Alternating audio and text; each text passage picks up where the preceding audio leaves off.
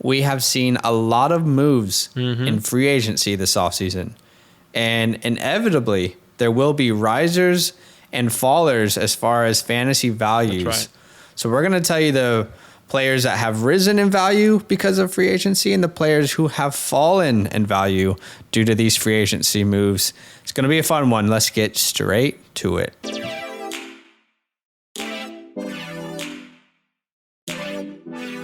Welcome to the Fantasyland Football Podcast.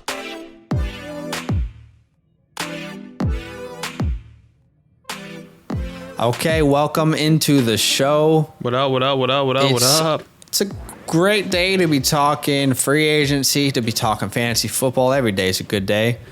It's Thursday, the 25th of March, and I'm here with Daniel Badaki. Badaki, tell people about Discord. Discord is starting to pop off. How can people be a part of our community there on Discord? Yeah, look, it's just another way for you to join and be part of the Fantasyland community. We did a mock draft. I don't know if you guys saw that in our last podcast, and it's up on YouTube. You can go check that out. All those people that were there are in our Discord channel. So come in on Discord. We have a lot of exclusive things that we're going to be unlocking and adding to our Discord as well. So that's another thing that you guys should be looking out for, which is Patreon, which we'll definitely tell you about a little bit later on in the show. But yeah, Discord is just a great way to get connected with us and also the Fantasyland community. So come through, check it out. The link is in our bio. Yeah, come through. Absolutely. Yeah. Do you love fantasy football? Do you love talking about it with other people? Then Discord is the right place for you. We got a lot of people in there who love to have conversations about the latest news and fantasy and the draft. And that is also where we release our live mock draft links. That's right. In our Discord server, so you can join them and be a part of them. We do that on Facebook as well, but we found that a lot of people enjoy Discord. So we're going to start focusing on that a little bit more. You can find our Discord server with our solo link, and that is solo.to/fantasylandfootball. If you put that in any browser, you will find our Discord server. But as we said before, we've got 2021 free agency risers and fallers on the show today. So let's get straight into that. I rise, you fall. Kind of a dramatic entrance there, Badaki. It's a little bit what Transformers movie is that from? A little bit of Optimus Prime, Transformers. I think it's Revenge of the Fallen. Revenge of the Sith. We're getting into Star Wars now. Nah, I love Star Wars. I love Optimus Primes. Autobots roll out. Yeah, Autobots roll out. I like to say that every time we're playing Call of Duty and there's more than one vehicle. It just seems like a go-to. Yeah. Okay, what we're going to do on the show today, we're going to start with risers. Okay, so NFL free agent moves that have created fantasy stocks to rise. That was a terrible way to say it, but essentially players who are on the rise in value for fantasy because of moves. I'm going to give you three risers. Badaki's going to give you three risers, and then we will go to the fallers, people that you should potentially start to avoid. And these are conversations you need to know about, people you need to know about as we're going to start valuing people with mock drafts going into the offseason, right? This is important stuff. Yeah, it's absolutely important. It's good to know this now and to understand, what teams and what players we believe are going to keep going and rising and falling, just so you can be prepared for the season to come up. Agreed. Okay, the first riser on the show today, Mike Davis, his fantasy value has risen. Okay, he signed a 2-year deal with the Atlanta Falcons, and this is a really nice low-key move, in my opinion, Badaki. I might applaud Atlanta Falcons. Wow. It feels like a really great move from them. I feel like this is a massive upgrade from Todd Gurley. Is that crazy to say? No, I absolutely. It's definitely an upgrade from Todd Gurley. Todd Gurley has another year on his contract. Am I right about that? No, he's not. He's a free agent. No one signed him. He only signed a 1-year deal. Say less. That's amazing. Yeah. That means there's no one else. Brian Hill? That's a great segue as to why he's a riser for me, right? Because there's no one in this backfield right now that could take touches away from him. Right. Now, is there a possibility that the Atlanta Falcons draft a running back? Absolutely. In the second or third round of this year's draft, I do feel like there's a very strong possibility that they do draft a running back. However, Mike Davis showed us last year that he can handle a full workload and still be a productive running back. So if the Falcons decide, hey, let's draft other positions this year and maybe look at a running back next year, right, that could be a real possibility as well. Both scenarios make sense to me. In this scenario, though, if they do not draft a running back, Mike Davis is automatically, in my opinion, a top 20 running back going into 2021. Top 20? In all formats. Top 20. Okay. Yes. Say less. Because I believe that there's opportunity. I mean, do we think that he's better than Todd Gurley? Yes. Right? And Todd Gurley, while he was playing, before his play time decreased halfway through the year, he was a top 15 running back in the league. Yeah. And that's just because he had to fall into the end zone. Imagine getting a guy like Mike Davis in there who's still got some years left on his game. Absolutely. And, I think anything could happen. I really, really like this pick. He's one of my favorite risers. It's one of my favorite free agency moves as well. Do you feel like top 20 is too high? It's hard to say. It's really hard to say. I think there's a lot of different opportunities for Mike Davis. Top 20, finishing at a top 20. I think there's opportunity there. Don't get me wrong. I think there is definitely a possibility.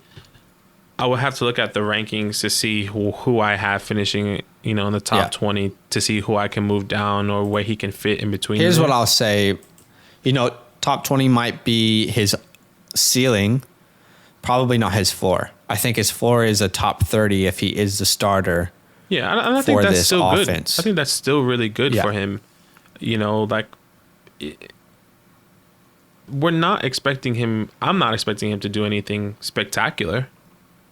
I'm not expecting him to do something that's going to wow me, but I do believe this could be a good flex option. A good low-end running back 2 coming into next year if the Falcons don't get another running back in the draft, which I think we both believe they are going to, whether that's Travis Etienne. Yeah, but as of right now, it's a rising move for Mike Davis, and sleeper status has been activated officially for Mike Davis. Right, you can get this guy late in drafts, and it's a great value pick. Yeah, and I feel like it will still be that way when we're drafting in August and September. Yeah, absolutely. My first riser, the New England Patriots. Oh, okay. And this is the Patriots as a whole, as a team, as both offense and defense. Okay, Bill Belichick is doing Bill Belichick things right now. We can both say that he's stirring something up. The pot is being is getting hot. All right, out there. It's in getting New England. hot. I'm coming in hot. That's what we need. Revenge tour. Yeah. Revenge tour 2021. Honestly, look, they signed 21 players in the free agency, which is absolutely ridiculous. The most, I think, free agency, if you can confirm that, I'm pretty sure with confidence, I would say that they signed the most players in the free agency, which is ridiculous, both on offense and on defense. And like I said, they're cooking something up, and I love it. Okay? And look, the best way I can kind of preference this is that Cam Newton is coming back for a second year with Bill Belichick, okay, which is great. They added 2 amazing tight ends, Hunter Henry and Jonnu Smith, who are going to do something special. We all know what Bill Belichick did with 2 good tight ends, amazing tight ends in Rob Gronkowski and Aaron Hernandez, okay? And then they bring in 2 decent wide receivers, Nelson Aguilar and Kendrick Bourne, to help. I mean, look, they're not hype. They're not exciting. Yeah. But they will have some sort of fantasy impact. I think Nelson... It's better than what they had last year. Exactly. Better than what they had last year. It's also going to help Julian Edelman because he's still there. And the only thing... And, like, the other thing they have is the draft. Yeah. There's talks about them getting a quarterback.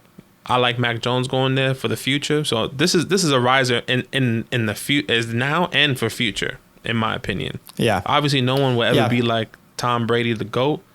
But I think they're stirring up something. Bill Belichick is stirring up something. They got, all these good pieces on defense.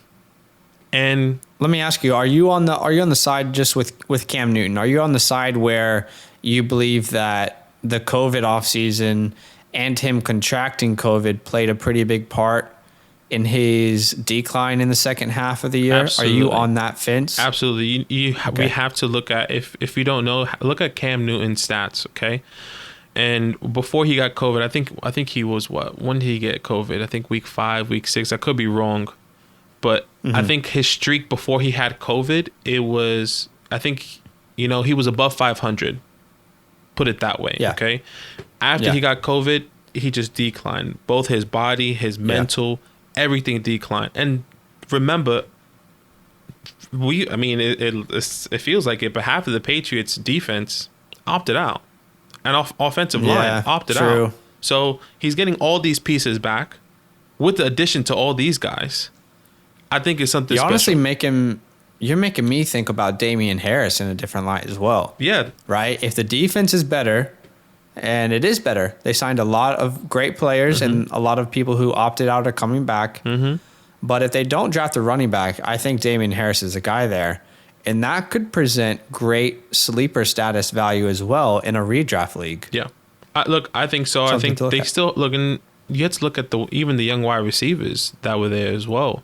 Jacoby Myers. N'Keal Harry? Yeah, N'Keal Harry. It's nothing special.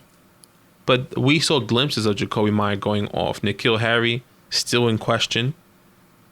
But Nelson... There's actually a rumor out there that Washington is looking to trade for N'Keal Harry, which is so left field. But maybe there's a plan. I don't know. Who knows? But I agree. I mean, so last question and we'll move on. Who's the tight end to own this year? If the season... Hunter Henry or Jonnu Smith? If the season started right now, I would have to say Jonnu Smith. Okay. That's all I have to say. I think I need to see a little bit more going into... As we get closer to the season, I believe that, it could be going back and forth. But right now, Jonnu Smith looks like the more promising tight end. He's healthier. He's younger. We also have to see where ADP is, right? If ADP on Jonnu is super high or Henry, whichever way, you might want to look for the guy who's not as high in ADP and see if you can get a steal in the draft. I agree. A later round pick. I like it. All right, Patriots, hopefully their stock is rising, trending upwards. My second stock riser, I believe free agency has helped Jalen Reagor's value in fantasy for 2021 and beyond. Okay. This is a classic less is more situation, right? Let's not forget, Jalen Reagor was a first round pick for the Eagles last year in 2020. And there was a bunch of wide receivers that they didn't draft instead of him that people might be looking at now. Brandon Ayuk was one of those. But regardless, I still think there's a lot of talent and untapped potential with Jalen Reagor. Now, when I say less is more, there's just not many options anymore in this receiving corps, right? Alshon Jeffrey is gone. Deshaun Jackson is gone. And they're looking to either trade or cut Zach Ertz. They could absolutely bring in another receiving option with their first round pick or second or third round picks. However, if they don't draft someone in the first round, I believe Jalen Reagor will be the wide receiver 1 on this team, which presents opportunity. Now, we believe Reagor is talented. We both do. We talked about this last year. If opportunity comes, hopefully, opportunity will turn into production. So I'm really excited that the Eagles didn't do anything if I'm Jalen Reagor. If I'm Jalen Reagor, I'm thinking, hell yeah, it's my year. Let's go. I'm going to show everyone that they didn't make a mistake with my pick. Right. Guarantee he has a chip on his shoulder, and he's hopefully ready to ball out in 2021. I'm seeing big potential as a sleeper for Jalen Reagor going forward. I would love him as a wide receiver 3 in a draft. Yeah. Because I think it allows you to draft other positional needs before him. I'm really excited about this pick, personally. Yeah, and I agree with you. And if you look at our mock drafts, I think we posted on Instagram as well. I took Jalen Reagor, I think, in the 11th round or 10th round in a startup dynasty. I see a bright future for Jalen Reagor. I believe he will be fantasy relevant. Even if it's not as much as we thought this year, his stock will continue to rise in the coming years. And I think we all expect either a Jamar Chase or Devonta Smith to come in and help this team. Who knows? Who knows what? Yeah, I got the numbers on that. You took him at the end of the 8th round, which is pretty good value, and that's in Dynasty. I think he should go higher in Dynasty than redraft. Yes. That's how I see it. Young guy. So I think it's a pretty good value pick there for you. Sorry, go ahead. I have a question for you. So if a Jamar Chase or Devonta Smith or Waddle go to the Eagles, how are you feeling about Jalen Reagor after that pick? It will definitely change how high I value him going into drafts this year, right? Right. That's inevitably going to happen. I think there's still value, but at that point, if there's another receiver that comes in through the first round 2 years in a row, I need to start looking at where is the ADP versus value. Am I going to be able to draft him late enough that it is a value pick? Or is it just too high that I don't know that for sure if I can retain value on that pick? So that's kind of how you always have to look at sleepers. But if they don't bring in a wide receiver, I'm pretty excited to see what will happen. Say no more. Say no more. Corey Lindsey is my second guy.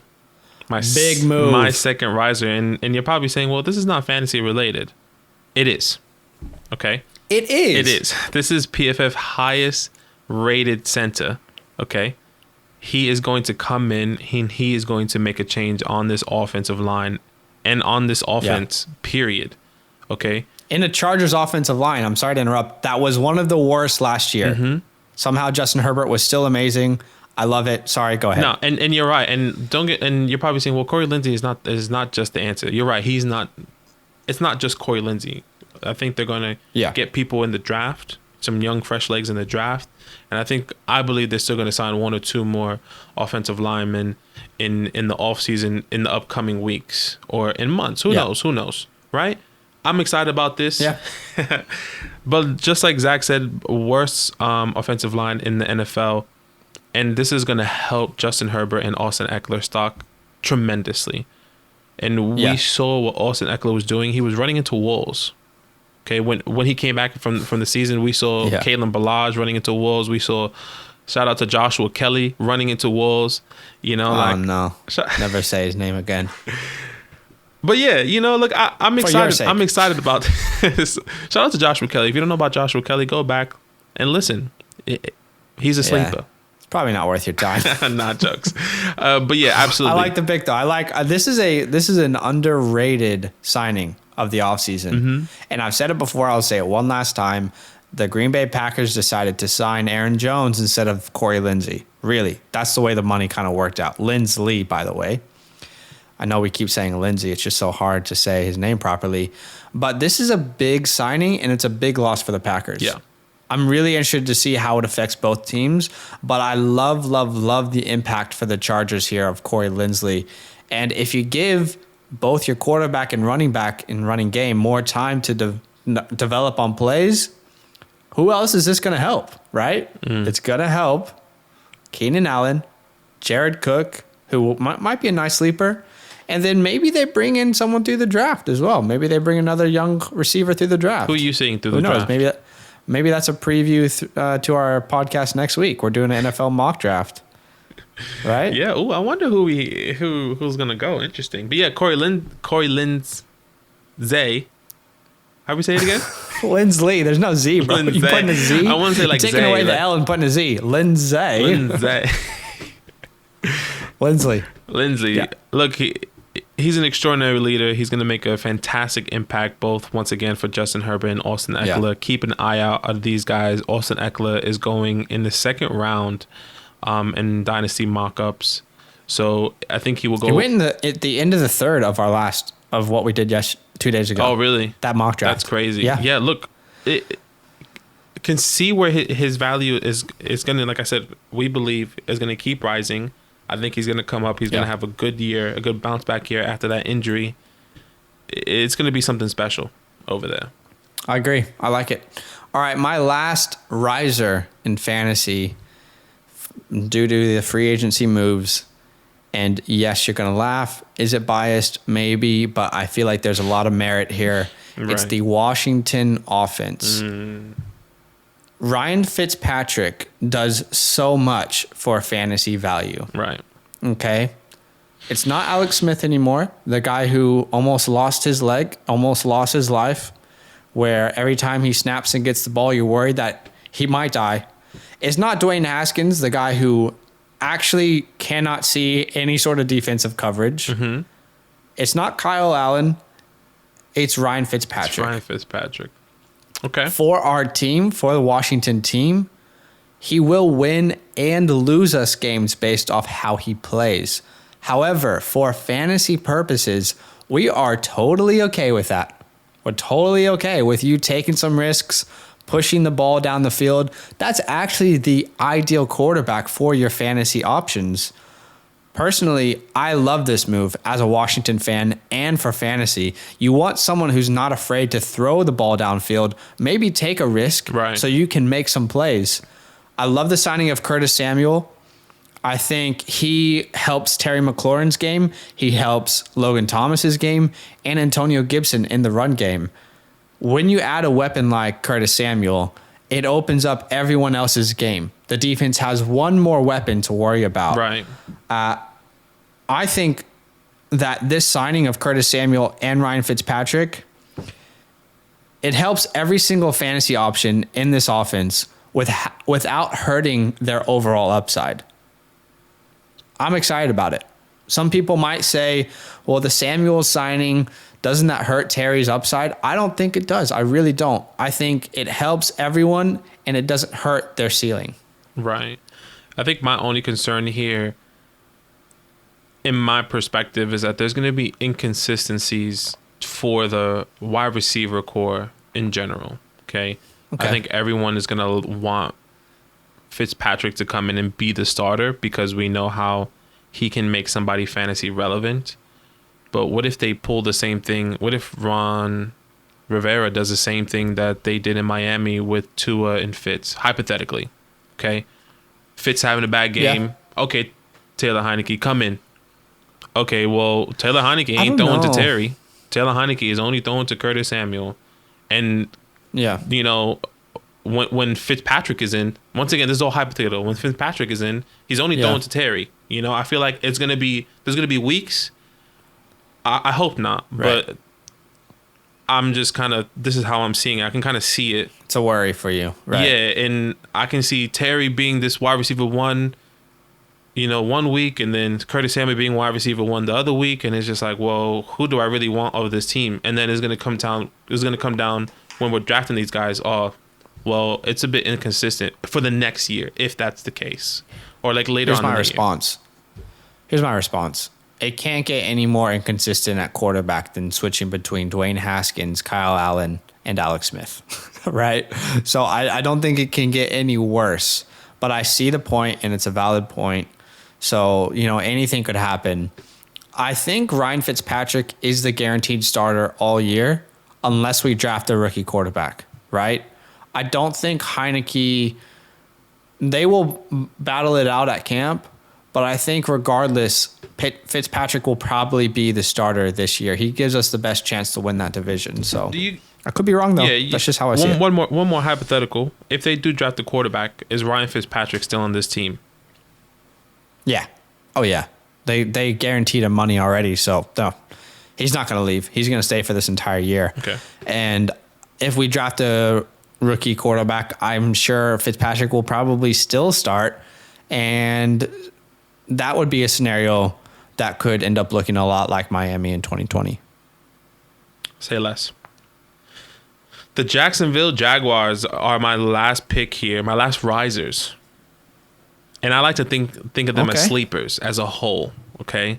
And this is all based on... That was my best sleeping sound, sorry. This is all based on Trevor Lawrence, okay? Because I think we can... Okay. It's in black and white. Trevor Lawrence is going to the Jacksonville Jaguars, okay?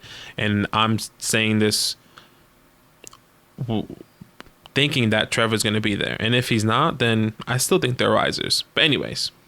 He will be there. T-Law's coming in, and he's going to make this Jacksonville Jaguars team fantasy relevant. Okay? Mm-hmm. And these are the people. James Robinson, DJ Chark, Marvin Jones in addition, Laviska Shenault, Carlos Hyde, another addition, and then Philip Dorsett, both another addition on the wide receiver team or room. So obviously Carlos is going to impact James a little bit, but he's still going to make... It's not going to be as much as we all think, okay? I don't think it's going to be massive. There will be some days that Carlos just take away, but it doesn't matter because Trevor Lawrence is under center. Okay, he's here. He's going to come in and he's going to change this offense. He's going to change the dynamic of this team. And I think Zach has been saying all year about, we had to take this stigma off of the Jets and how they are bad. They're a bad football team. And I believe the same thing with the Jacksonville Jaguars. They were a bad football team. And we were all excited when Jalen Ramsey came to the team and Allen Robinson went to the Jags. And when all these pieces came and we was like, whoa, okay, well, the Jags could be something. They still didn't have a quarterback at the time. Blake Bortles wasn't the guy. And Gardner Minshew wasn't the guy. T-Law is a generational talent, according to everyone. The best guy from Andrew Luck. Mm-hmm. I think that it's going to be something special in Jacksonville. I believe they're getting better on both sides of the ball. And I can kind of see them finishing at a 5-11, 5-10. It's not a massive improvement, but they're winning some. It's better than winning one game. Okay? So no, that's true. There will be another number on one of those sides. 17 games this year. Oh, yeah, yeah. So 6-11 or 6 that's so weird. 6-11 or 6-11. It won't be like, you need to make it. My God, 5-12. Literally our whole life, at least quick maths for me, our whole life. So you have to make it to the playoffs. They're only 7-9. Right. Like, wait, what is it going to be now? 9-7. Trying to at least be in the wild card. Now it's interesting how that's going to change fantasy. It's also going to change obviously the NFL as a whole, but it's going to be interesting. I like the Jaguars. I do agree. We have to make sure that people know that this is still sleeper status. Mm-hmm. For most of these options, right? All of this is James sleeper. Robinson is probably the only non-sleeper. You know about him. There's no more sleeper status. But for Laviska Shenault specifically, those kind of guys, Trevor Lawrence, I like the sleeper status there. And I think there could be moves that still come throughout the draft because they have 2 first-round picks. So who knows who they take with that second pick. Mm-hmm. All right, those are our free agency risers, the people whose stocks have risen due to free agency moves. We are now going to give you free agency fallers. These are the people who, due to the signings of their teams, fantasy value will be impacted in a negative way. Yeah. Who's the first guy for you or the first situation that is a negative falling impact for fantasy? Yeah, my first fall is for the 2021 NFL season and fantasy season is Kenyon Drake and Josh Jacobs. Okay, I think when we saw Kenyon Drake signed to the Raiders, we all said, "Oh no," and then we saw the "Oh no," and then we saw the Josh and Drake memes. Okay, those in that order. We said, "Oh no," and then the Josh and Drake memes came out. We're like, "That's funny." Oh, no. Yeah, it was pretty sad. Look, go ahead. And I think when we think about it and when you really kind of break it down, Drake is the new Devonta Booker, okay? Devontae Booker.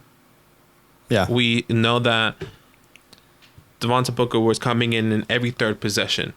He wasn't the agile small guy coming in. He was just another big body to come in and fill in. And I think they brought in Drake to be this pass-catching back, one, and to be that third down guy just in case. And I'm not really sure how they're going to be utilizing Drake. All I know is they're going to use him. And that is going to affect Josh Jacobs. They said every third possession last year, that was happening with Devonta Booker and Josh Jacobs was sitting down and everyone was getting pissed off. I think it's going to be more. It's going to be every second. you know? Yeah, I was going to say, like, Drake is a better running back than Devontae Booker, so it's probably going to be even more of a split backfield, which is super frustrating. And, man, the Raiders were absolute trash on defense last year. So what did they decide to do? Let's sign another running back. Are you out of your mind? Are you out of your skull? It's frustrating, but I hope John Gruden can hear himself on this one. I'm the whole fantasy community is upset by this. The whole fantasy community. Yeah. Is it a surprise to you that the Raiders made this dumb of a move, or is it just like, well, it is what it is, right? Like, let's move on. Yeah, let me ask you a question. Where do you see Josh Jacobs going? You know, in redrafts? Because I guess specifically redrafts. Let's talk about redrafts. We've been talking about Dynasty a lot. Where do you see him going in redrafts? Yeah, look, it's a really good question, and I think we're not going to know the exact answer just yet, but this does drop his value significantly. I think now he's kind of moved himself into that tier 4 type running back, maybe even tier 5, along with guys like, let's say, Kareem Hunt, Melvin Gordon, Myles Gaskin, around that sort of area. Okay. I think we're going to see him go in the 4th or 5th round now. And if it keeps dropping, there could be value, but it's going to be really difficult to figure out exactly how this backfield is going to pan out. Yeah, it's hard. It's hard to say where everything's gonna fall in place. I do agree with you. Like a tier 4 running back. There's so many people ahead of him that we know is going to be guaranteed. Which is so sad. It is. Which is so sad that he's tier 4. He's so young. Because just let him, this is what we do. Like, you're not even going to give him the chance to be the workhorse guy and get a contract. That's what the Raiders are doing right now, right? You're not even going to give him a chance to prove that he is the guy who deserves a big contract. You're going to spread out his play time, and when he's a free agent, he's going to get a mediocre deal like Kenyon Drake just got. It's frustrating because I feel like he could be a running back 1, a top 12 running back every year in fantasy if they allowed him. He was a great pass catching back. They haven't utilized him in that way as much as they should have. I get frustrated all the time talking about Josh Jacobs, and because I do, we should probably move on. All right. My first stock faller because of free agency is the entire Steelers receiving core. Juju Smith is the main reason why. He returned on a 1-year deal worth $8 million. This just sucks. It does. It honestly just sucks. Do you think that the wide receiver market played a big part in Juju returning? Like, he could have said, "Oh, I really want to return." Oh, guys, the narrative is I'm loyal, right? I'm back because I'm loyal. The dude got $8 million. Surely there wasn't a massive market out there for a guy like Juju. Maybe not the market we thought there would be, right? I would have never guessed he would have gotten a 1-year deal. Same. I wouldn't have guessed it as well, and I'm right there with you. Of one, it's dumb that he signed a 1-year deal. 2, it does hurt everyone on this team. I think it's hard. I really wish he went somewhere else so we can know how he would pan out. Who he really is as a receiver, right? Yeah, I get it. This sucks. This just sucks. It sucks. I'm sorry, but this sucks. And the reason why it sucks so much is because we were really excited about Deontay Johnson and Chase Claypool's upside this year. For me, I actually saw Deontay Johnson, the way they were feeding him, and he's very talented. I think the dropped catches was a very big mental part of his game that he's trying to work through. But I loved Deontay Johnson's outlook for 2021 until this move happened. Right. Me too. To me, he had Chris Godwin 2019, Calvin Ridley 2020 breakout written all over him.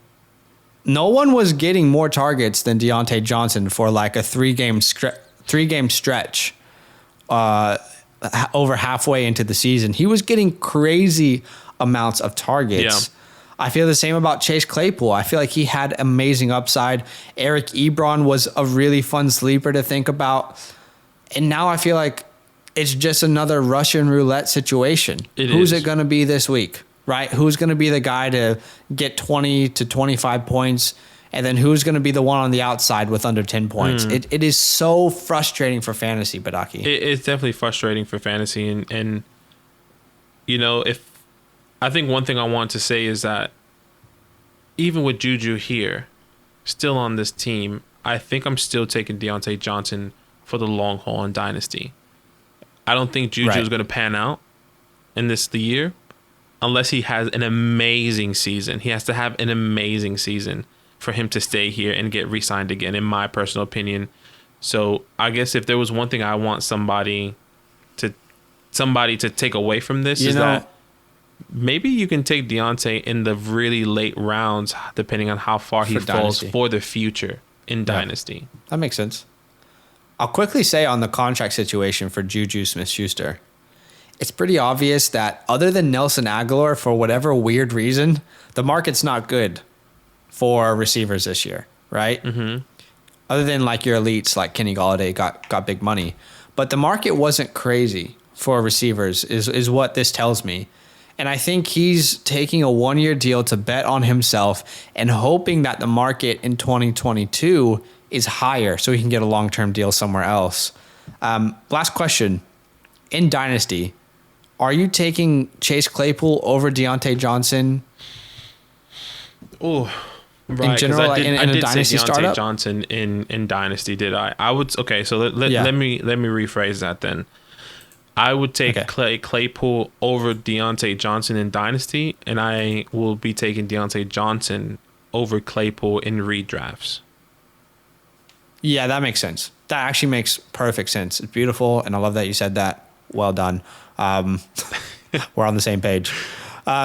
Who's your pick? Yeah, this one hurts. I think it hurts everyone. It hurts the fantasy community. It hurt the fantasy Twitter community. It hurt a lot of people that we know personally. And his name is Jonathan Taylor. Okay? Jonathan Taylor has dropped. How much? How much has he dropped? I can't give you a definite answer, a definite number of how much he has dropped. All I can tell you is that Marlon Mack is back on this team and has re-signed with the Indianapolis Colts and is going to be taking touches away from Jonathan Taylor. Okay? That's all I can tell you. Another thing I can tell you is that we don't know the volume of touches, but yeah. Exactly. Another thing that I want to mention is that Marlon Mack had a decent season in 2019 before he got hurt. Mm-hmm. Okay? He showed glimpses to the Colts organization that he could be somebody that they can utilize on this team, that he can be somebody that can push him to the playoffs. Yeah. Obviously, it's not him alone, but he was a big piece. And I think they still believe that Marlon Mack could be that guy. He's still young. He's 24, 25 years old, which maybe is a little bit older for if you're in Dynasty. For running back. But for redrafts, I think this can be something great. This could be a Kareem Hunt, Nick Chubb thing going on. And who knows? I'm sure. I feel like that's too. Maybe it's too up He's not there. going to play that role. Yeah, maybe it's too maybe that could be the ceiling. Too ambitious. Okay, right, ceiling. Mm-hmm. Okay, yeah. So, look, I think we all need to remember that, like Zach said, it's still in question how much volume Marlon Mack is going to get and what's going to happen in that offense. The only way that we would understand and know more is once we get into the season in OTAs, when we hear the reports, Jonathan Taylor is going to be the number one starter. And once you hear that, JT's right back up. Yeah. Okay. Totally. I don't think, and just quickly, I don't think that there's any question that Taylor will be the number one here. But it doesn't necessarily give you a bunch of confidence that they re-signed Marlon back. Mm-hmm. That's the issue, right? Because if they were ready to give Marlon or Jonathan Taylor the complete starting role without, anyone kind of taking touches, keep in mind, Nyheim Hines is still on this team. He's still going to be a third down back, play that kind of role in this offense. So while we aren't trying to overreact, we also want to make sure that people know there's a reason they re-signed them. And that should not completely put you off of Jonathan Taylor, because I think he's going to have a great year, but it should worry you about what his complete upside is. Yeah, and I completely agree with you. And the only thing I can say to finish it off is just be wary. Be cautious of what's going to happen going into this season. We still do believe he's going to be number one, but anything can happen. Anything can change once we get reports. Anything can happen. You know, it's kind of like the Aaron Jones, Jamal Williams going into last year kind of thing. Yeah. Oh, are they going to re-sign Aaron Jones to a long-term deal? Well, who knows? And yeah, there's always those running back battles and frustrations, a la Josh Jacobs and Devontae Booker, Jamal Williams with Aaron Jones last year. That brings me to my second faller. All right. It hurts. It's another one that hurts. Another second-year running back that's primed for a breakout. DeAndre Swift, his stock has fallen slightly due to the free agency moves the Lions have made. Jamal Williams, a.k.a. the arch nemesis of touches to your RB1, has officially arrived in Detroit. Ooh. And I guarantee you there's a reason they brought him in on a 2-year deal. It wasn't a 1-year deal. It's a 2-year deal. They have a plan in place for Jamal Williams. Yeah. He will serve as their third down back, which means DeAndre Swift will not be a 3-down back. He will not get all of the touches like we hoped he could, like we believe he can. But for whatever reason, I mean, other than Barry Sanders, have we ever seen the Lions really treat a running back the right way? Not really. No. We've never really seen them properly develop running backs. And unfortunately, in my opinion, this will take away some upside from DeAndre Swift.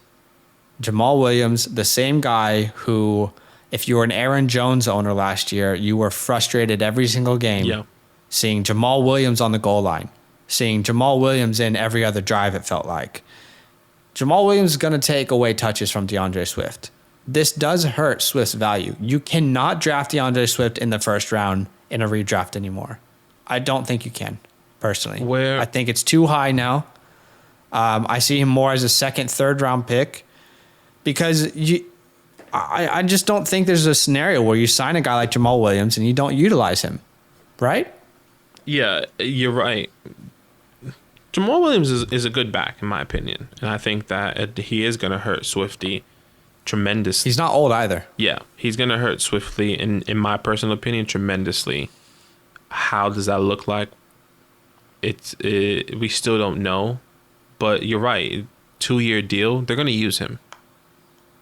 Yeah, it's agreed. It's interesting to see what's going to happen in next year.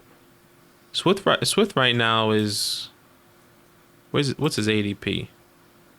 He's pretty high in most drafts that we've seen. He's normally the 11th running back off the board, which is probably in the second round. Some people taking him as high as like 1.10, the 10th pick overall. Yeah, makes sense. I've seen him go as high as the 7th pick overall. So that needs to change. That needs to now drop. Let me ask you this then. Swift or Josh Jacobs? I knew you were going to ask that, and it's 100% Swift. 100% Swift. Because even though their offenses will be similar in fantasy value, that's a little bit disrespectful to Derek Carr. The Raiders are a better offense in fantasy value. But I just see Swift as a more important piece to the Lions offense and their success than I see Josh Jacobs because of the addition of Kenyon Drake. Right? If the Lions are to be successful, it's because Swift was successful. I don't think the Raiders need Josh Jacobs to be this crazy productive guy because they brought in Drake. So that's how I see it. I hear you. My final and last faller, and I'm sad to say this, but it's Michael Thomas. And I would like to say specifically the Saints, but if I had to choose one person and give you one person, is Michael Thomas. Okay. Okay. And Reason being is because Drew Brees retired. You hate Jameis Winston. You have always hated him. You've always hated Jameis Winston. Listen, no, I haven't always. I lived in Tampa when Jameis was drafted. Shout out to Jameis. I was there. Okay, I saw the billboards up in Tampa, Martin Luther King, and all these boulevards. I've seen it. I've seen it in Tampa. I was there. You know, a Florida boy still is playing in Florida. I was a fan. Okay. Yeah, Michael Thomas doesn't have Drew Brees anymore. That's one big hit. Huge, massive. Okay? Number one. Number two, who's going to be the quarterback? Who knows? Jameis Winston or Taysom Hill? We all, for fantasy relevant reasons, would love Jameis Winston. We believe he's a better fantasy value quarterback for this team moving forward. Doesn't mean he is this franchise quarterback for this team, but for fantasy relevant wise, because we know what he has done, we like this. Doesn't mean that I like it. I don't like Jameis Winston being the quarterback for Michael Thomas or any other receivers that are there, because I don't believe Jameis Winston is going to make Michael Thomas fantasy relevant. And let me rephrase that. That's a bit harsh. Not that he won't be fantasy relevant. I don't think Michael Thomas is going to be at the level he was with Drew Brees. Right. Expectations have to lower. Exactly. So Michael Thomas was going in the first round. Obviously not last year because we were all iffy about his injuries. But throughout his whole career, I'm pretty sure, and I don't know if Zach can tell you if this is true or not, but I would like to say Michael Thomas probably for the majority of his career in fantasy was going first. In the first round. First to second round. The last couple of years, for sure. Yeah. So I don't see that happening. I'm not excited to take Michael Thomas in the first or second round. I'm seeing him becoming a third round pick, wide receiver, purely because of the quarterback perspective.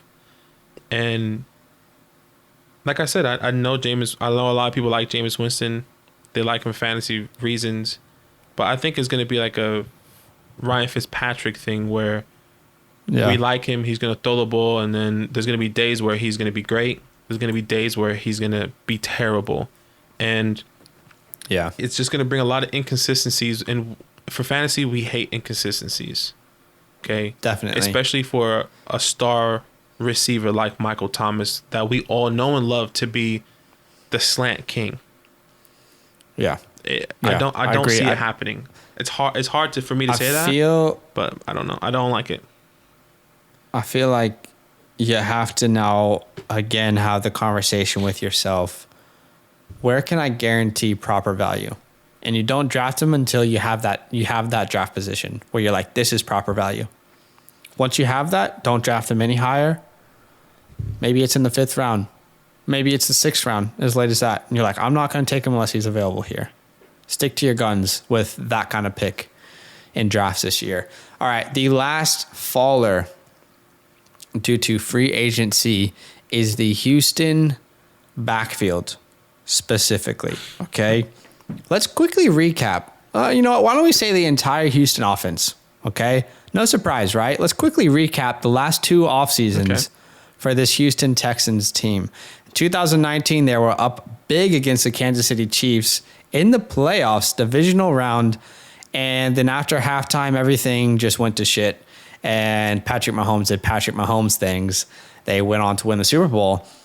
So the Bill O'Brien and all of his brilliance just kind of said, hey, how do we make this team better? Right. Let's trade DeAndre Hopkins for David Johnson and some mediocre picks. Makes sense. Perfect. Well done. They lost D-Hop. They lost some other key pieces going into 2020. The team was awful. They fired Bill O'Brien, as they should have. Then your star quarterback in Deshaun Watson wants to be involved in who the next GM and head coach is. Okay. He wants to be a part of that process. And you decide, nah, we're good. We'll kind of figure it out on our own. Now he's pissed, as he should be. He no longer wants to be on your organization. Oh, by the way, you would have had the number 3 overall pick in this year's draft, but you traded that away to the Miami Dolphins. Right. This whole team is an absolute avoid for me going into 2021. Deshaun Watson's not going to play another snap for the Houston Texans. It's going to probably be Tyrod Taylor and Brandon Cooks leading this quarterback wide receiver duo here. And then in the backfield, you just have this complete mess of mediocrity, right? You have Mark Ingram, who should have stopped playing last year. Sorry, that was rude. You have David Johnson, who was washed up a while ago. And now you have Philip Lindsay, who's an okay back. But none of them are the guy, right? Right. This entire offense is a complete avoid for me going into 2021, but I specifically want to highlight this running back group. There will be people who will say, Philip Lindsay, there's a lot of value there, guys. You can get value in David Johnson and Philip Lindsay late. Don't risk it. It's not worth it. I would much rather draft a young rookie running back who doesn't have a promised role yet than one of these guys in this Houston Texans offense. The offense isn't going to be good, guys. They're not going to be good. Right. Deshaun Watson's not going to play for them again. Will Fuller is gone. And overall, I just want to hopefully, if I do anything for you this offseason, please avoid the Houston Texans, any Houston Texans player. Please avoid them at all costs. I completely agree. Too harsh? It's not harsh at all. I'm right there with you. I don't see this happening at all. When I say this happening, I don't see anyone being fantasy relevant at all on this team. And if you're JJ Watt, if you're DeAndre Hopkins, if you are anyone that has been traded or left the team, kudos to you. You got out when you got out. That was a blessing in disguise for DeAndre Hopkins to get traded. Think about it. Yeah. No, definitely. It was great for him, but it was obviously the beginning of the end. You know what sucks? As a Houston Texans fan, you can't trade yourself to another team, right? Because that's called bandwagoning. Mm-hmm. So you just have to ride this out, and it's painful. It's painful. As a Washington fan, I understand. It's been a lot of painful years. Hang in there, Texans fans. Hopefully the new organization, new leadership is going to figure it out. But those are our risers and fallers due to free agency moves. I hope this was helpful. I feel like it was. I would love for it to have been. But Aki, anything you want to say to close the show off today? As always, patreon.com/fantasylandfam. Check it out. Patreon.com/fantasylandfam. Best way to come and support the show if you like what we're doing on podcasts, YouTube, TikTok, Instagram, Discord, Facebook. We have all of it there. Check it out. We're going to be gearing up to launch year 2. We're excited. We're going to be releasing our rankings on our Patreons during the draft or close to the draft so you guys can get prepared for the next upcoming season. So let's gear up. Be excited. We can tell you all these guys that we talked about today, where they fall in our rankings. Come through, check it out. Yeah. We're excited. Huge love. Absolutely. Huge love. Thanks, everybody, for considering that. And one last link that you need is solo.to/fantasylandfootball. That will take you to everything that we do as Fantasyland Football, our Instagram, Twitter, YouTube, so you can subscribe, TikTok. You can listen to the podcast through that link. You can find different ways. Everything you need in that one link. But thanks so much for listening, guys. We will see you on the next show. See you there. See you there.